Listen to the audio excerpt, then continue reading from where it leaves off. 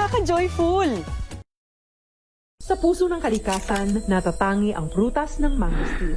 Ito ay nagtataglay ng antioxidant compounds na alpha, beta at gamma mangosteen. Ang MX3 capsule ay isang food supplement na gawa sa natural na mangosteen. Ito ay tested and proven to help avoid knee joint pain discomfort para iwas-iwas sa sakit with long-term supplementation 2 capsules daily. MX3 capsule. Tunay, natural at original. Mahalagang paalala, ang MX3 capsule ay hindi gamot at hindi dapat gamiting panggamot sa anumang uri ng sakit.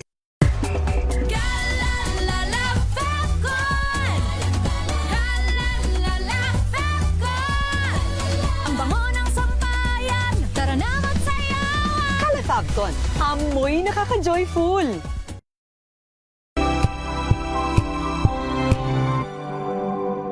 Hello, Washi! Laundry day na naman! Yay! Anong meron? Mancha ng chocolate, Oh. putik, may libag pa! Kaya natin yan! With Pride Washing Machine Detergent, may triple stain-away formula. Tanggal ang makapit, madikit, at madupit na dumit mancha. Kaya easy-easy ang labada. Mula noon hanggang ngayon! All you need is pride! All you need is pride! ACS! Maulan man, no worries na amoy kulong ang damit. Charm! Fabcon! Bangong kumakabloom! Tanggal amoy kulog sa bango ng charm! Kaya gamit ko, Charm Fabcon with Bloom Fresh technology. Kills 99.9% of kulob-causing bacteria.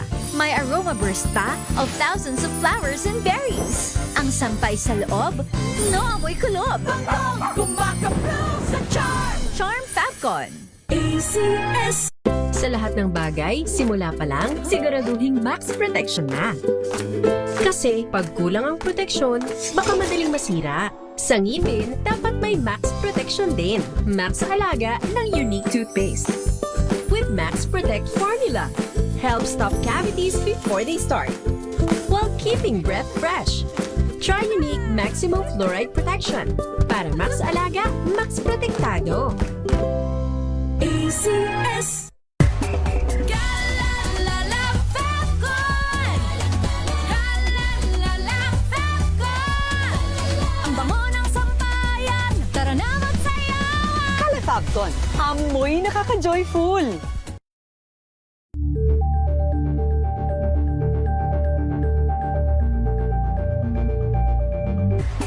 Galalala Fabcon!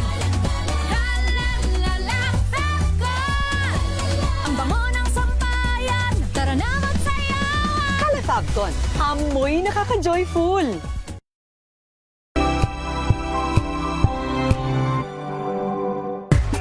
Galalala Fabcon! Galalala Fabcon! Ang bango ng sampayan, tara na magsayawan! Calefabcon, amoy nakaka-joyful!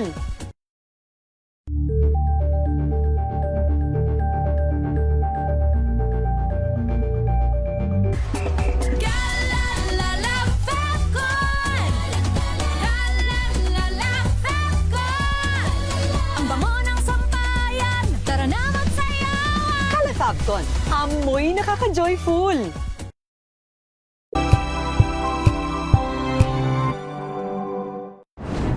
Kung good vibes ang hanap mo, dito ka na sa sigurado! Mula sa mga istoryang nagbibigay ng inspirasyon hanggang sa mga kwentong may dalang solusyon. Mga balitang pampagaan, pakiramdam at pampaganda ng araw. Hindi lang ba sa good news, kundi the better news.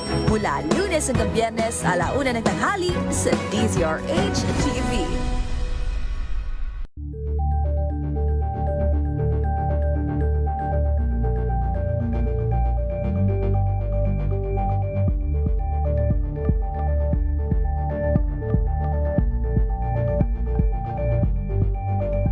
Sa pagbabalik tanaw sa 87 taong legasiya ng DZRH na pagtagumpayan na ng kauna-unahang himpilan ng radyo sa Pilipinas. Ang iba't ibang pagsubok, kabilang na ang bangungot noong panahon ng ikalawang digmaang pandaigdig.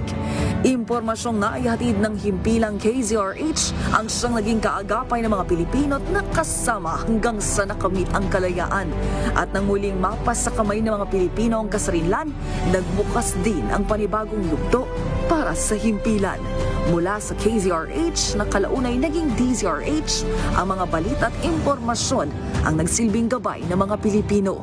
Naging hudyat ito ng panibagong simula at patuloy na paglago, kasabay ng pagsilang ng mga programang nag-iwan ng bakas sa kasaysayan at sa puso ng bawat Pilipino.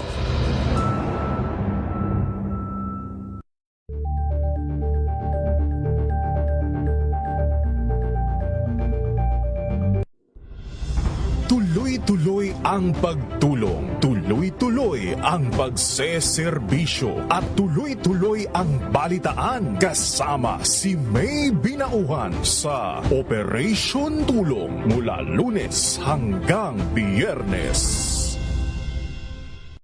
Angel po si Angelo Palmona sa giiwan sa inyo na isang magandang umaga. Maraming salamat. Life goes on! Nine, good morning, Lakay. Good morning, Sister At Ann. good morning. Magandang mainit na umaga. Angel po si Angelo Palmona sa giiwan sa inyo na isang magandang umaga. Maraming salamat. Pilipinas, una sa Pilipino. Ngayong ika-87 taon ang kauna-unahang himpilan ng radyo sa Pilipinas, ang DZRH, patuloy pa rin magbabalita, magseserbisyo at magbibigay pag-asa sa iba't ibang sulok ng bansa.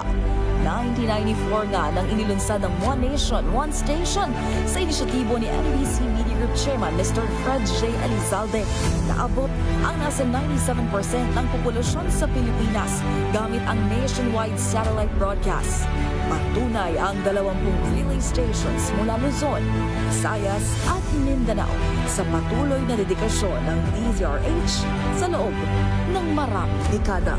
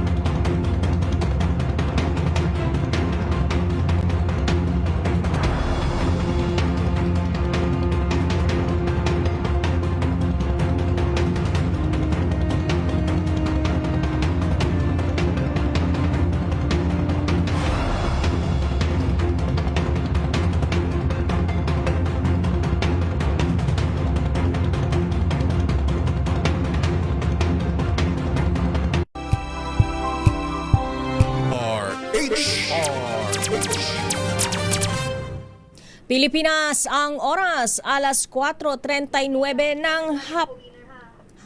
ano pinagsasabi mo dyan, Wina Pearl? Saglit lang, wag kang ano dyan, ginugulo mo yung mundo ko. Alas 4:39 na ng hapon. RH Break Time! Nagulat ako ni Wina Pearl eh. O kasi hinagila pa yung winner eh. Oh, bakit? Nabibitin tayo kapag kaganyan. Ayaw pa naman natin na nabibitin tayo sa ating mga pamimigay ng nandiyan premyo. kagad, lalo na't tumataginting ha? Oo. Tumataginting na limpak-limpak. Kanilang-kanila na yan. Wala nang tax-tax yan. Tigi-100 piso. Oo, 5 tagi. Pero 5. 5. O, standby sa ating mga reports. Pangulong BBM tiniyak ang patuloy na pagpapalawak na oportunidad sa trabaho at kabuhayan ng mga Pilipino sa pamamagitan ng TESDA. You know what? I love TESDA. Kasi di ba skills enhancement Yes, siya. yes, of course. Karamihan naman talaga ng mga pangangailangan. Yan ang kailangan Kung ayaw natin, mong mga maging kababayan. outdated ka, kung ayaw mong lamunin ka ng well-trained ka, AI, meron ka skill. yun. Oo. At pagbaligtad ng ilan sa mga maleta boys, ano na sila, pouch na lang. Pouch na lang ba? Hindi na ikinagulat ang mga senador. Ay, kasama sa mga hindi nagulat, sina Senator Erwin Tulfo at Senator Ping Lacson. Bakit sila gulat? Oh. Mamaya malalaman. Anong kagulat-gulat? Malalaman natin ang detalye mamaya kay Raymond at Paa. Samantala, 4 na maleta, boys, na bumawi Hoy! ng kanilang alegasyon. Hinamo na pangalanan ang mga nasa likod nila. Yun. Oh. Sino na sa likod namin? Sino? Can you see me? Anino sabi namin? niya, now you see me, now you don't. Isinampang mga kaso ni Trillanes laban sa 4 na maleta, boys. Pinauurong na ng dating senador. Bumaligtad na eh. So ano pa, di ba? Ano pa daw ang saysay siguro? Para nawalan ng saysay yung kanyang pagkaso. Ito na. Uy, meron na? Meron na, Miss Thea. Is it a deal? Nasa linya na natin ngayon. Pero bago yan, ano nga ba yung pinag-uusapan natin ngayon bago magpasko? Yan. Ito lang naman ang ating promo. Makinig maigi! Ito na ang chance mo na manalo ng instant 500 pesos kapag darinig mo na ang mahiwagang kring-kring. Tingnan mo na ang iyong cellphone, baka ikaw na ang susunod naming winner sa kring-kring panalo malakas sa telepono. Paano sumali? Bisitahin ang Facebook page ng DZRH, fill up pa ng Google Sheet na nakapin sa DZRH FB page at hintayin ang aming tawag sa telepono. Kring-kring na! Kring-kring na, nandyan na siya. Yun. Ang aga naman. Ho, ho, ho. Malamig kasi yung panahon, so feeling Pasko na tayo. Eto sa kagalito. Sumisilip na ba si Sir Jomari? Ha? Hindi, nag-gargle. Gagargol pala. Oo, nag-vocalize na sila ni Mariah. No. At narito na nga sa ating linya si Miss Jeanette Pico mula sa Valenzuela City. Magandang hapon sa iyo, Ate Jeanette. Magandang hapon po, Ma'am Thea. Uy, bakit pa ganyan yung medyo garbled yung kanyang line? Kaya hindi na natin siya pahabain may party pa. line. Oo, may party. Meron pa po party line ngayong mga panahon na ito? Party line, pakibaba nga. Tanungin na agad natin na mahiwagang katanungan si Ate Jeanette Pico para nga naman mabigay na natin sa kanya ang tumataginting na 500 pisong papremyo. Ate Jeanette, ano ang kauna-unahang himpilan ng radyo sa Pilipinas na kauna-unahan din sa puso ng mga taga Valenzuela City? Walang iba po kundi ang DCRH. Wow. Wala na talagang iba at Wala na iba, ha? Wala na ring ibang magbibigay sa'yo. Magseselos kami pag may iba pa. Wala na ibang magbibigay sa'yo ng premyo kundi si Ate Wina Pearl. Ayan, antayin mo lang kung paano kaya bibigyan ng instructions, paano mo makukuha ang iyong premyo. Congrats, Congratulations. RH Break Time. Idiretso na natin sa ating mga reports. Pangulong BBM tiniyak ang patuloy na pagpapalawak na oportunidad sa trabaho at kabuhayan ng mga Pilipino sa pamamagitan ng TESDA. I-detalye mo balitang yan. RH14, Leth Narciso. Miss Leth. Ms. Thea Ray, muling pinagtibay ni Pangulong Ferdinand Marcos Jr. ang suporta sa technical vocational education sa ginanap na TESDA Ilocos Norte Mass Graduation sa Lawag City. Sa naturang okasyon ay binigyang pugay ng Pangulo ang higit 1,000 TESDA scholars mula sa 23 TESDA accredited institutions sa lalawigan na nagtapos sa ilalim ng Training for Work Scholarship Program at Special Training for Employment Program. Sa kanyang talumpati, binigyang diin ni Pangulong Marcos na ang kasanayan at sertipikasyong natamo ng mga nagtapos ang magsisilbing susi sa mas magandang kinabukasan. Tiniyak rin ito na patuloy na pinalalawak ng administrasyon ang akses sa dekalidad na technical vocational education sa pamagitan ng pagpapalawak ng scholarship programs, enterprise-based education and training, TESDA online program, TVET for Social Equity Program at micro-credentialing para higit pang mapalawak ang oportunidad sa trabaho, kabuhayan at pagdinegosyo ng mga Pilipino. Naniniwala ang Presidente na ang pamumuhunan sa kakayahan ng bawat Pilipino ay pamumuhunan din sa mas matatag na pamilya, mas masiglang ekonomiya at mas maunlad na kinabukasan ng bansa. Pakinggan natin ang bahagi ng talumpati ni Pangulong Marcos. To all our TESDA graduates, use what you have learned and use this training that you have undergone so that you can improve not only your own lives, but not only the lives of your family, not only the lives of our communities, but also the lives of all Filipinos around the country. Si Pangulong Bongbong Marcos. Ito si Leth Narciso para sa DZRH. Una sa Pilipinas, una sa Pilipino. Thank you. Maraming salamat, Miss Led. Samantala naman, pagbaliktad daw po ng ilan sa mga Maleta Boys, hindi na raw po ikinagulat ng mga senador. Ating alamin sa report ni RH28, Lakay Raymond Nadpaas. Lakay Raymond. Ray, hindi na ikinagulat ng mga senador ang pagbaligtad ng ilan sa mga tinawag na Maleta Boys na umunoy dating bodyguard ni dating Congressman Saldico. Ayon kay Senador Erwin Tulfo, hindi naman naging kaliwat kanan ang kaso ng mga ito kung nagsasabi sila ng totoo. Nagpasalamat pa rin si Senador Erwin at naliwanagan ang isip ng ilan sa kanila at tinawi ang kanilang mga naunang pahayag. Ngunit para kay Senador Panfilo Lacson, nagdulot ng mas maraming katanungan ang pagbaligtad ng ilang mga Maleta Boys. Dahil sa simula pa lamang ay pabago-bago ang kanilang naging pahayag na magkakaibang forum. Kaya't hindi na alam ng ating mga kababayan kung alin ang totoo at paniwalaan. Para kay Lacson, dapat lang tukuyin kung sino ang nasa likod ng Maleta Boys sa kanilang aligasyon na nag-deliver sila ng mali-maletang pera kung kani-kanino at dapat ding sila ipanagutin. Tanong pa ng senador ay kung ang 4 na sinasabing bumaligtad ay kasama sa 8 lumagda ng joint affidavit na pinagbatayan ng investigasyon ng Ombudsman kay dating House Speaker Martin Romualdez at iba pa. Matatandaan na napakarami ng pangalan ng iginawit ng 18 Maleta Boys na umalik tumanggap ng mali-maletang pera kaugnay ng flood control scandal. Ito si RH28 Raymond Advance para sa DZRH, una sa Pilipinas, una sa Pilipino. Maraming salamat Lakay Raymond. Samantala, 4 na Maleta Boys na bumawi ng kanilang alegasyon, hinamon na pangalanan ang mga nasilikod nila. Ida tayo mabalitang yan, RH12, Milky Ganan. Manang Milky? Kaya Trey, hinamo na ang 4 na miyembro ng Maleta Boys na ituro ang kanilang mastermind na nasa likod ng kanilang mga gawa-gawang statement at alegasyon. Hamon nito ni trial spokesman at impeachment advisor Robert A. Barbers, kasabay ang pahayag na dapat makasuhan at managot sa batas ang mga nasa likod ng nagmamanipula sa binansagang Maleta Boys. Ayon kay Barbers, kung sila ay may ebidensya, ipakita para hindi na apektuhan ang mga taong pinapangalanan at dapat managot sa batas ang mga nagsagawa ng joint affidavit. Ang 18 Maleta Boys ay nagpapakilalang dating mga bodyguard umano ni Elizalde at sa kanilang naging testimonya, nagdala at naglipat daw sila ng mali-maletang pera para sa operasyon ng impeachment trial kay Vice President Sara Duterte. Idinawit pa naman ito sina Pangulong Bongbong Marcos, dating House Speaker Martin Romualdez at ilan pang mga politiko. Sa recantation, sinabi ng 4 na 18 miyembro, pinilit umano lamang sila ng dating Congressman Mike Defensor at Senator Rodante Marcoleta na idawit ang Pangulo at dating House Speaker kapalit ng legal at political support. Ako si Milky Ganan nagulat para sa DZRH, una sa Pilipinas, una sa Pilipinas. Manang Milky, would you know kung bakit sila bumaligtad na?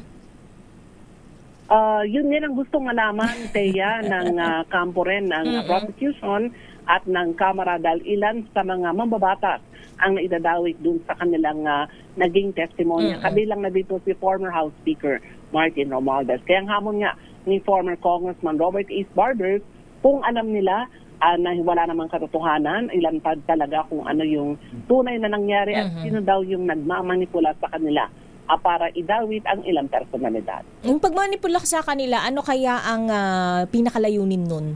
Anong ganansya sa kanila? Bakit sila nagpagamit kung yun na rin lang, so to speak?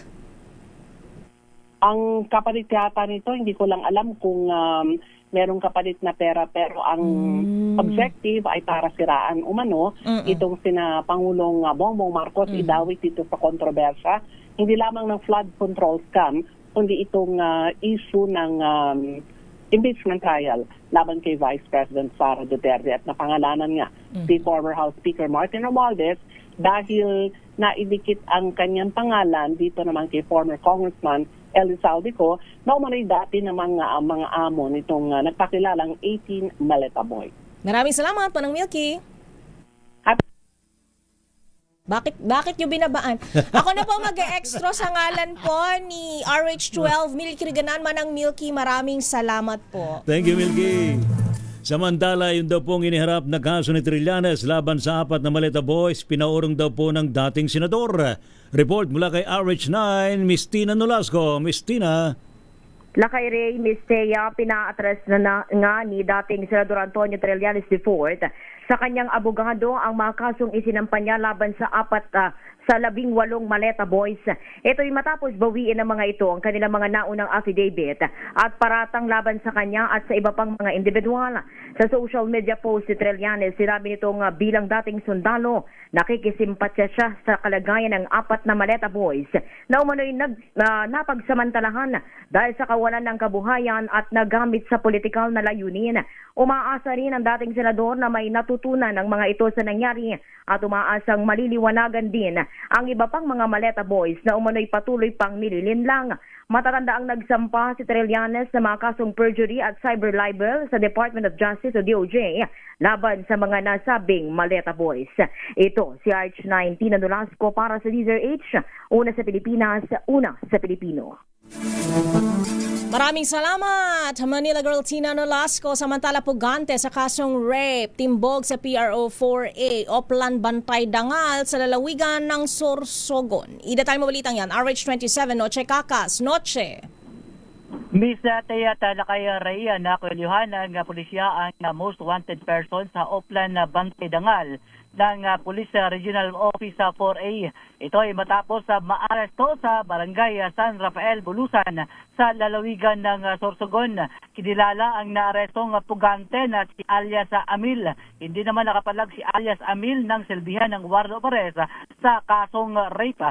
Mahigit 9 na taon ring nagtatago si alias Amil sa kasong rape na isinampa sa Tagaytay City Regional Trial Court Branch 18 na walang piyansa. Samantala, Lakay Ret, Miss Teya, nakakaranas pa rin tayo ng pagulan dito sa lungsod ng Las Piñas, particular na dito sa Alabang sa Pote Road. Aris 27, Chikakas, DZRH, una sa Pilipinas, una sa Pilipino. Thank you. Salamat, Noche. Samantala naman sa ating pa rin pong mga balita na sa 80 pamilya daw po ang maapektuhan ng pagdatayo ng pagsilika sa New Clark City sa Capas, Tarlac. Subalit ayon po kay Engineer Joshua Bingkang, Pangulo at Chief Executive Officer ng Business Conversion and Development Authority of BCDA, hindi sila paalisin sa lugar kundi iuurong lamang. Paliwanag po nito, ang New Clark City ay isang public property, subalit dahil may mga nakatayo ng tirahan, sila daw po ay iuusog lamang. Kasi itong New Clark City, itong 9,000 hectares po na to ay lalo na po yung developable area po natin. Yan ay public land, public property. No? Titled po sa gobyerno. Ibig sabihin lahat ng Pilipino, pag-aari nila yon. No? Kayo po, ako. No? So meron po tayong stake doon sa area na yon. So nangyari po, nung binigay po sa amin yan noong 1992, nung umalis ang mga Amerikano. So na-map na namin yan. At marami dyan, may mga area dyan na sinasaka. Ano po. Pero nung napatitulo na po yan sa public yan, so nagawa na po ng plano. Yung mga naunang development namin, ang ginawa namin ay actually kausap po namin yung governor noon, si Governor Yap po noon, yung mayor, yung congressman. Sila nagsabi na kung merong tatamaan dyan, kailangan bigyan nyo yung nararapat na compensation. Pangalawa, kung may bahay dyan, ay hanggat maaari, iusog nyo lang ng konti. So, Samantala, kinakailangan maging malinaw kung ano ba talaga ang Paxilica at ano ang epekto nito sa ekonomiya at ating mga kababayan. Sa panayam sa damdaming bayan sa DZRH, sinabi ni Senator Risa Ontiveros na patuloy ang pagtitiyak at investigasyon ng Senado tungkol sa controversial na Paxilica project. Kinakailangan anya na hindi lamang puro pangako, press release o hype lamang mayroon ng proyekto, kundi tunay na makapagbibigay ng oportunidad na lumago ang ating ekonomiya habang natitiyak din ang seguridad ng mga Pilipinong posibleng maapektuhan ng pagpapatayo ng naturang hub. Narito ang bahagi ng pahayag ni Senator Ontiveros.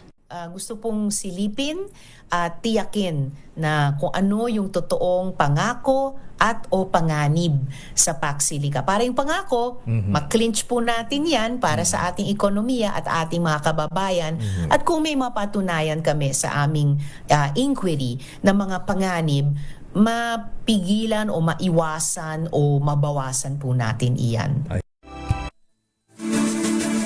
Samantala, si Papambalita, niyanig po ng magnitude 5.4 na lindol ang Mambura Occidental Mindoro kanina pong alas 10:38 ng umaga. Ayon po sa PHIVOX, tectonic po ang pinagmulan ng lindol na may lalim na 14 na kilometro. Dahil po sa naturang pagyanig, pinag-ingat nga po ng ahensyang publiko dahil naman sa inasa ng mga aftershocks. Samantala naramdaman naman ang mga intensity sa iba't ibang mga lugar. Intensity 5 sa may Mambura, Occidental Mindoro, maging sa Calapan City, Nauhan, Puerto Galera, San Teodoro, maging sa Victoria Oriental, Mindoro. Intensity 4 naman sa Taal, Batangas, Abra de Ilog, Sablayan, Occidental Mindoro. Nasa intensity 3 naman sa Quezon City, Batangas City, maging sa General Trias City sa Cavite, at maging sa may San Pedro City sa Laguna. Nasa intensity 2 naman ang naramdaman sa Parañaque, Santa Cruz, Laguna, at sa Ginyangan, Quezon. Samantala, umabot na sa higit 100,000 katao ang naapektuhan ng bagyong Maymay, dating bagyong Luis at Habagat. Sa pinakahuling datos ng NDRRMC, umabot na sa 39,879 ang mga pamilyang naapektuhan, kung saan katumbas ito ng 132,956 na individual. Sa naturang bilang, 6,215 pa ang nananatili sa mga evacuation center kahit humina na at naging low pressure area na lamang ang tropical depression. Galing ang mga apektado sa regions 1, 2, 3, 5, 9 at Cordillera. Samantala, 6 na napaulat na nasawi dahil sa bagyong Maymay. 2 sa rock slide sa Rizal at landslide sa Benguet at tig-isang nalunod sa La Union at Pangasinan. Pero hindi pa nare-reflect sa ulat ng NDRRMC ang drowning victims na nai-report ng Philippine National Police. Nako, karumal-dumal na krimen po nangyari sa Thailand. Ano ho? Hindi raw po ba sa 6 na katawang namatay habang higit sa 15 sugatan dalaman sa nangyaring pamaril sa loob mismo ng isang eskwelahan sa bansang Thailand. Nangyari daw po ang naturang insidente sa Debsi Rin Nonthaburi School sa Nonthaburi Province sa ilagang kanluran po ng Bangkok, Thailand. Sa report po ng Thailand Police, kabilang daw po sa mga namatay ang mismong menor de edad na gunman na estudyante ng mismong eskwelahan at 3 mga teacher. Bati naman sa inisyal na investigasyon, pinag-inalaang pinatay din ng suspect ang kanyang lolo't lola sa loob ng kanilang bahay bago daw nagtungo sa eskwelahan at higit sa 20 hanggang 30 beses na nagpaputok ng baril. Sa ngayon po ay nagpapatuloy pa rin investigasyon sa motibo ng krimen at kung paano nakakuha ng handgun ang batang suspect. Samantala, dumako na tayo sa ating break time global news kung saan Trump muling naglabas ng utos kontra birthright citizenship at birth tourism. Editan mong balitang yan, James Galanga. James. Naglabas naman ng panibagong executive order si United States President Donald Trump na naglilimita sa birthright citizenship at pagbabawal sa birth tourism. Ibig sabihin, hindi kikilalaning US citizen ng mga foreign pregnant mothers na pipiliing sa Amerika mga anak. I thought we were going to win it at the Supreme Court. Unfortunately, we had a bad decision, very unfair decision. Our country suffers because of it, and we're ending it a different way. Kung matatandaan, una nang hinarang ng Korte Suprema ng Amerika ang naturang kautusan matapos itong questionin bilang labag sa 14th Amendment ng US Constitution. Sa ilalim kasi ng naturang probisyon, kinikilala bilang mamamayan ng Estados Unidos ang mga taong isinilang sa loob ng bansa. Bahagi ito ng kampanya ng administrasyon ni Trump na mabawasan ng mga illegal immigrant na pumasok sa Amerika na anyay malaking problema sa seguridad ng bansa. Ito si James Galanga ng DZRH TV. Una sa Pilipinas, una sa Pilipino. Thank you, James. Samantala sa ating Break Time Sports, Owa Retamar, makasama daw po mga volleyball superstar sa Europe. Unang Pinoy na maglalaro sa Azerbaijan League. Report mula kay Millie Borja. Millie. Isang malaking hakbang sa kanyang karera ang haharapin ni Owa Retamar matapos nitong pumirma para maglaro sa Ordu VK ng Azerbaijan, dahilan upang maging kauna-unahang Pilipinong manlalaro na sasabak sa Volleyball League ng bansa. Ang 26-year-old setter ng Alas Pilipinas Men ay makakasama sa koponan ng ilang sa pinakamalalaking pangalan sa international volleyball, kabilang ang Italian legend na si Ivan Zaitsev. Makakasama rin ni Retamar ang Finnish libero na si Lori Kerminen na itinuturing na isa sa pinakamahusay sa Europe matapos ang mahigit 1 dekadang paglalaro sa Russian Super League. Hindi rin nagkulang ang Ordo VK sa pagbuo ng kanilang roster. Kabilang din sa kanilang mga bagong rekrutang ay Scandinavian-Argentinian setter na si Axel Jacobsen, Jack winger na si Michael Finger, at Cuban star na si Salvador Hidalgo Oliva. Samantala, naniniwala naman ang Ordo VK na malaki ang maiaambag ng Filipino playmakers sa kanilang kupunan. Ayon sa club, inaasahang magiging sentro ng atensyon si Retamar dahil sa kanyang mabilis na pag-set, matinding determinasyon at kagustuhang manalo.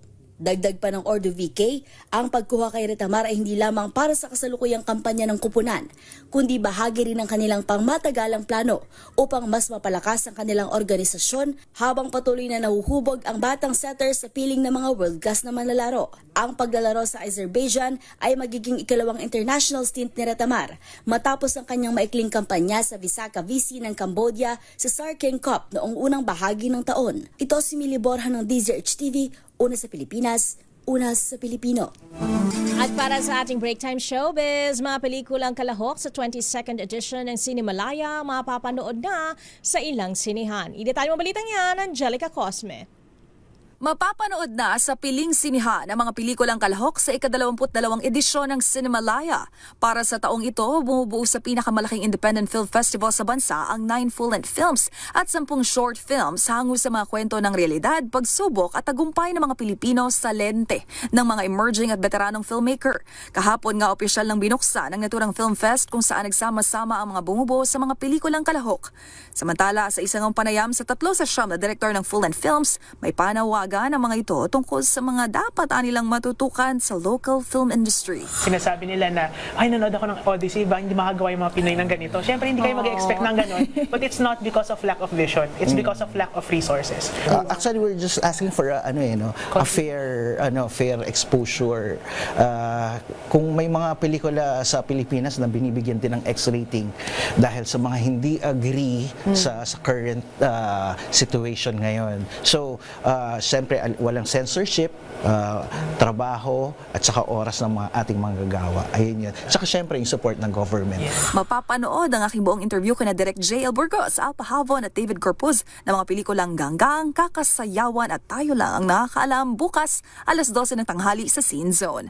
Aarangkada hanggang August 18 ng Cinemalaya. Bisitahin lang official page ng Cinemalaya Philippine Independent Film Festival para sa screening schedule. Morning show is Angel, una sa Pilipinas, una sa Pilipino. Before we let you go, we want to say happy anniversary. Uy, Ayan. happy anniversary po. Sabi nila, hala, kumanta pa Bibihira talaga. kumanta si Miss Thea. Sabi nila, kapag bumuhusan naman ng ulan, kasalanan ko na naman. Sisikat ang araw pag kumakanta si Miss Thea. Hindi, magsa-sundance na lang ako. No. Ayan. Maligayang pagbati po sa ika-63 anibersaryo ng Land Bank of the Philippines Land Bank. Happy anniversary. 63 years of empowering Filipinos for a better future. Uy, Land Bank of Celebrate. the Philippines. Yes. Enjoy. Enjoy your day, Land Bank. Oo, diba? Para ba mag-enjoy ng Friday? Yan. Ayan. Marami. Thank God it's Friday. Diba? Yung iba wala na agad. TGIF. Oo, natulog na lang. Yun na lang ang kanilang pinaka-enjoyment Tapos talaga sa tama-tama, buhay. magpapa-add to cart na mamaya si Miss Thea. Ayun nga sinasabi ko, i-add to cart nyo, tapos bukas ang check out, abang-abangan ng mga pinakamagaganda at latest sa vouchers. Wala po akong kinikilingan ng mga platforms dyan, ha. Kung saan po kayo pinakamakatitipid, makakamura, di doon kayo, diba? At yun ang makakapagpasay niya sa inyo. Dahil nga, diba, kailangan tayo marunong sa pag-dispatcha ng ating pinaghirapang pera. Magpasalamat sa ating pong lumigha. Biyernes na naman. Of course, thank God it's Friday. Nakasama niyo po sa isa na namang edisyon ng Break Time. Ako po si Thea Petro Corpuz. At Ray Sibayan para pa rin po sa DZRH, una sa Pilipinas. Una sa Pilipino. Susunod na po ang Balansyano pagbabalita hatid sa atin ni Ka Henry Uri at Miss Kay Karen Oyong. Pilipinas, ang oras alas 5:05 ng hapon. This time check is brought to you by Wow, ang saya. Isang barangay na labas